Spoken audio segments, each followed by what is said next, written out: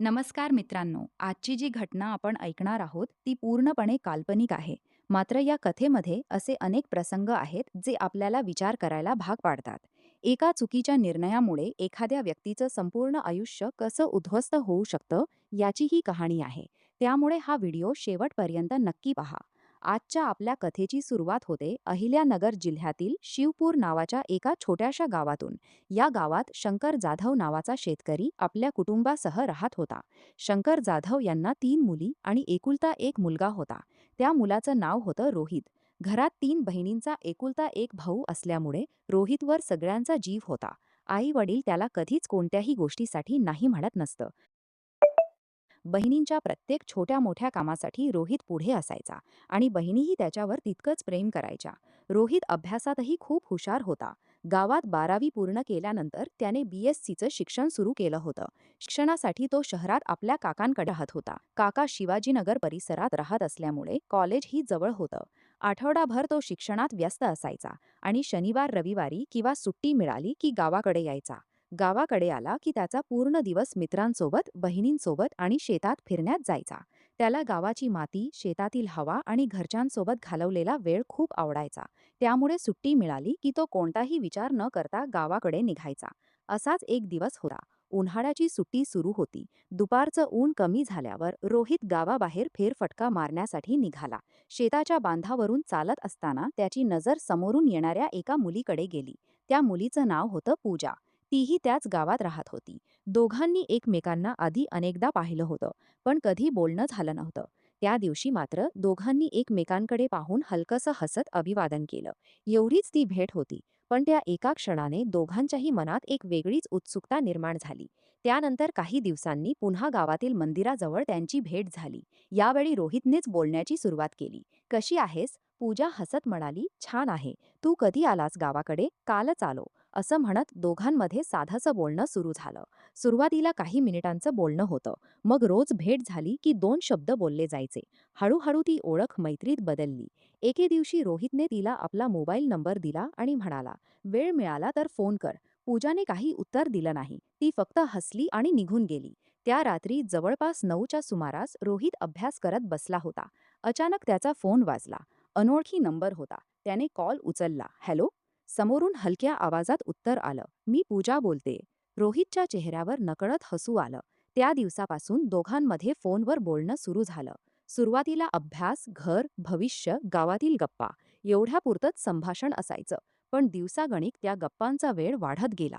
रोहित शहरात असला तरी रोज रात्री दोघांचं बोलणं व्हायचंच. सकाळी शुभेच्छा, दिवसभर अधूनमधून संदेश आणि रात्री पुन्हा लांब गप्पा. काही महिन्यांनी रोहितला जाणवलं की आता तो तिच्याशिवाय राहू शकत नाही. एका संध्याकाळी तो म्हणाला, "पूजा, मला तुला एक गोष्ट सांगायची आहे. बोल ना. मला तुझ्याबद्दल खास भावना आहेत." काही क्षण शांतता पसरली. पूजा म्हणाली, "मलाही तुझ्याबद्दल तसंच वाटतं." त्या दिवसापासून दोघांनी एकमेकांना आयुष्यभर साथ देण्याचं वचन दिलं. वेळ पुढे सरकत होती. रोहितचं शिक्षण सुरू होतं. पूजा गावातच होती. दोघेही आपापल्या जबाबदाऱ्या सांभाळत होते. पण संपर्क कायम होता. रोहित प्रत्येक वेळी गावाकडे आला की दोघं एखाद्या सार्वजनिक ठिकाणी भेटायचे.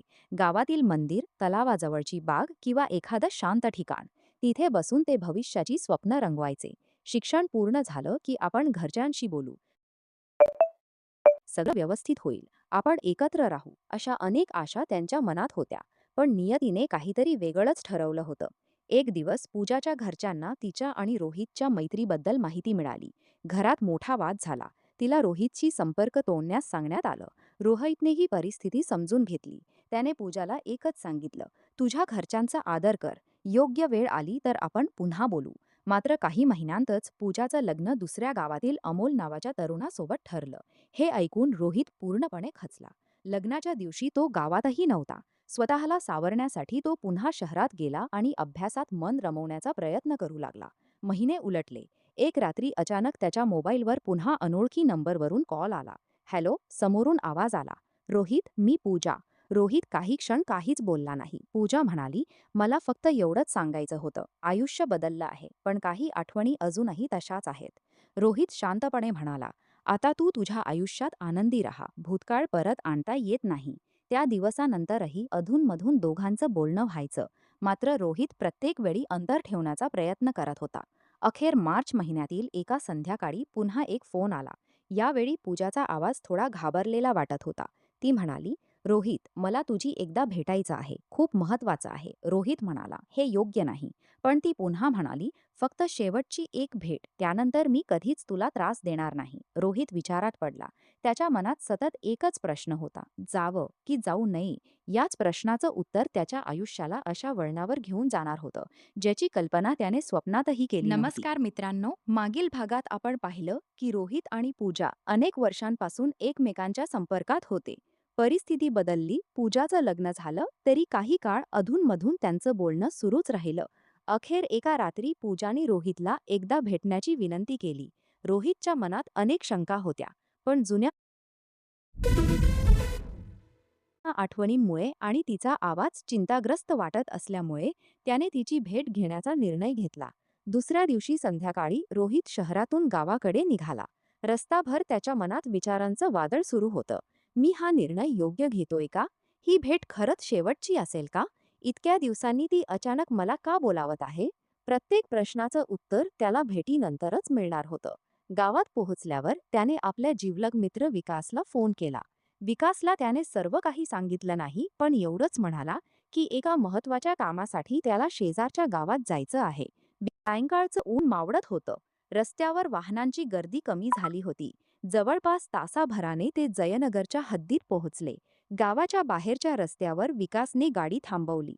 रोहित म्हणाला, "तू इथेच थांब. मी थोड्याच वेळात परत येतो." विकासने त्याच्याकडे पाहिलं आणि म्हणाला, "लवकर ये. काही अडचण वाटली तर लगेच फोन कर." रोहितने मान हलवली आणि तो अंधुक प्रकाशात पुढे निघून गेला. विकास गाडीवर बसून त्याची वाट पाहू लागला. सुरुवातीला त्याला काहीच वेगळं वाटलं नाही. 10-15 मिनिटं गेली. मग अर्धा तास झाला. त्याने मोबाईल काढून वेळ पाहिली. रोहित अजूनही परतला नव्हता. त्याने फोन लावला. फोन वाजत होता, पण कुणी उचलत नव्हतं. कदाचित बोलत असेल असा विचार करून विकास शांत बसला. आणखी काही वेळ गेला. पुन्हा फोन केला. यावेळी फोन बंद येत होता. विकासच्या मनात आता शंका निर्माण झाली. रोहितने कधीच फोन बंद ठेवला नव्हता. विशेषतः तो बाहेर असताना तर नाहीच. रात्र वाढत चालली होती. आसपास शांतता होती. दूरवर एखाद्या कुत्र्याच्या भुंकण्याचा आवाज येत होता. विकास काही वेळ गाडीवरून उतरून पुढे गेला, पण त्याला नेमकं कुठे जायचं हेच माहीत नव्हतं. तो पुन्हा मागे आला. रात्रभर थांबूनही रोहित परतला नाही. पहाटेच्या सुमारास विकास आपल्या घरी गेला. पण त्याचं मन अजिबात शांत नव्हतं. सकाळी उठताच त्याने पुन्हा रोहितला फोन केला. फोन अजूनही बंद होता. तेवढ्यात गावातील एका ओळखीच्या व्यक्तीचा फोन आला. "अरे, काल रात्री गावाबाहेर एक गंभीर घटना घडल्याचं ऐकलंस का?" विकास दचकला. "काय झालं?" "पोलीस आले आहेत. कुणीतरी बेपत्ता असल्याची चर्चा सुरू आहे." हे ऐकताच विकासच्या अंगावर काटा आला. तो ताबडतोब त्या दिशेने निघाला. गावात पोहोचल्याने त्याला रस्त्यावर लोकांची मोठी गर्दी दिसली. पोलीस परिसराची पाहणी करत होते. काही जण आपापसात कुजबुजत होते. विकासने एका पोलिसाला विचारलं, "सर, काय झालं आहे?" पोलीस म्हणाले, "आम्ही चौकशी करत आहोत. कृपया बाजूला थांबा." विकासचं हृदय जोरात धडधडत होतं. त्याने लगेच रोहितच्या वडिलांना फोन केला. "काका, तुम्ही लगेच गावात या. मला काहीतरी गंभीर घडलं असावं असं वाटतं."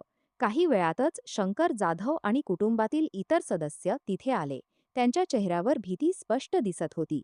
पोलिसांनी सर्वांना शांत राहण्याची विनंती केली आणि माहिती गोळा करण्यास सुरुवात केली. सर्वप्रथम विकासची चौकशी करण्यात आली.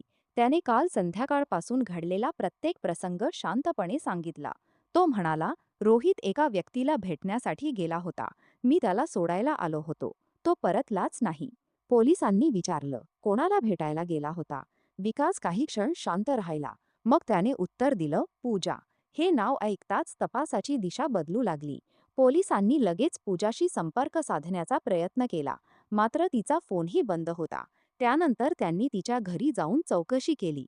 घरच्यांनी सांगितलं की ती घरी आहे, पण काल रात्री कोणालाही बाहेर गेल्याचं माहीत नाही.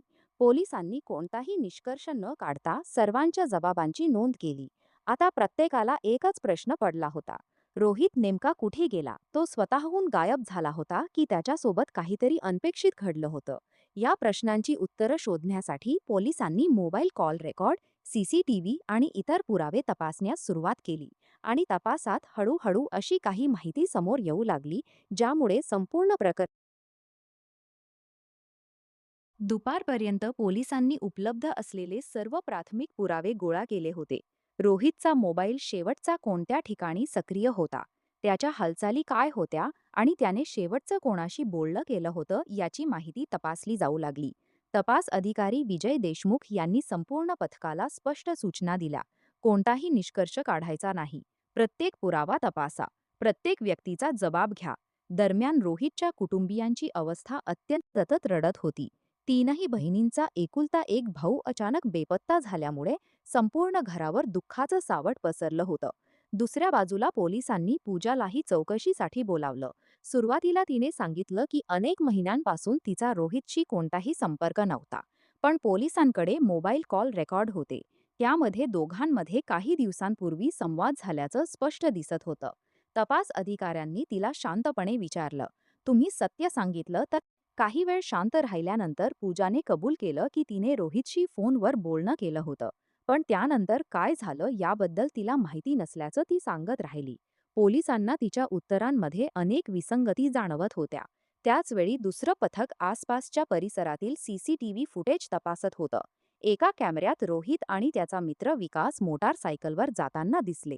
दुसऱ्या कॅमेऱ्यात मात्र फक्त विकास परतताना दिसत होता. रोहित कुठे गेला हा प्रश्न अजूनही अनुत्तरित होता. तपास जसजसं पुढे जात होता तसतसे नवीन धागेदोरे समोर येत होते. पोलिसांनी अनेक साक्षीदारांचे जबाब नोंदवले. काहींनी सांगितलं की त्या रात्री परिसरात अनोळखी हालचाल दिसली होती. काहींनी संशयास्पद वाहनाबद्दल माहिती दिली. मात्र कोणताही पुरावा अंतिम निष्कर्षापर्यंत पोहोचण्यासाठी पुरेसा नव्हता. तपास अधिकारी देशमुख यांनी सर्व पुरावे एकत्र ठेवले आणि म्हणाले, या प्रकरणात कुणीतरी सत्य लपवत आहे. पण सत्य कितीही लपवलं तरी पुरावे बोलतात. याच दरम्यान फॉरेन्सिक अहवाल, डिजिटल पुरावे आणि कॉल रेकॉर्डमधील काही महत्त्वाची माहिती तपास पथकाच्या हाती आली. या नव्या पुराव्यांमुळे संपूर्ण तपासाची पोलिसांना खात्री झाली होती की या प्रकरणामागचं सत्य समोर येण्यासाठी फार वेळ लागणार नव्हता. तपास जसजसा पुढे सरकत होता तसतसे पुरावे एकाच दिशेने जाऊ लागले. Mobile call record, CCTV footage, साक्षीदारांचे जबाब आणि डिजिटल पुरावे यांची सांगड घातल्यानंतर पोलिसांनी काही संशयितांना चौकशीसाठी ताब्यात घेतले. प्रत्येकाची स्वतंत्र चौकशी करण्यात आली. सुरुवातीला सर्वांनी एकमेकांपासून वेगवेगळी माहिती दिली. मात्र पुरावे समोर ठेवताच त्यांच्या जबाबांमध्ये विसंगती स्पष्ट दिसू लागली. तपास अधिकाऱ्यांनी कोणतीही घाई न करता प्रत्येक पुरावा पडताळून पाहिला. फॉरेन्सिक अहवाल, मोबाईल लोकेशन आणि इतर तांत्रिक तपास यांच्या आधारे घटनाक्रम स्पष्ट होत गेला. अखेर चौकशी दरम्यान प्रकरणातील सत्य समोर आले. वैयक्तिक संबंध, गैरसमज आणि चुकीचे निर्णय यांमुळे हा संपूर्ण प्रकार घडल्याचे तपासात उघड झाले. पोलिसांनी संबंधित व्यक्तींविरुद्ध उपलब्ध पुराव्यांच्या आधारे गुन्हा दाखल केला आणि न्यायालयीन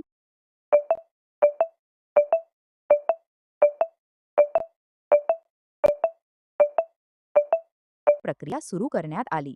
रोहितच्या कुटुंबासाठी मात्र हा धक्का आयुष्यभराचा होता.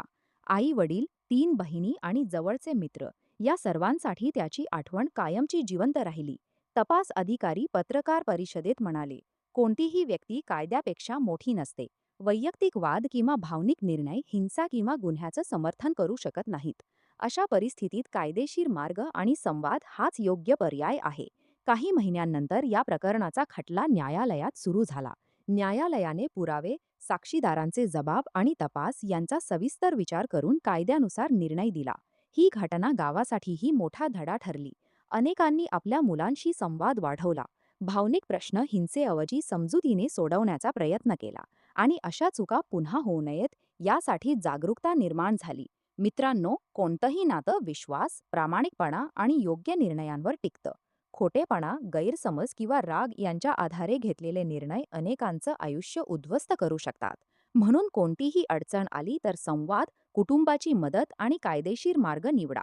आजची ही काल्पनिक कथा इथेच संपते.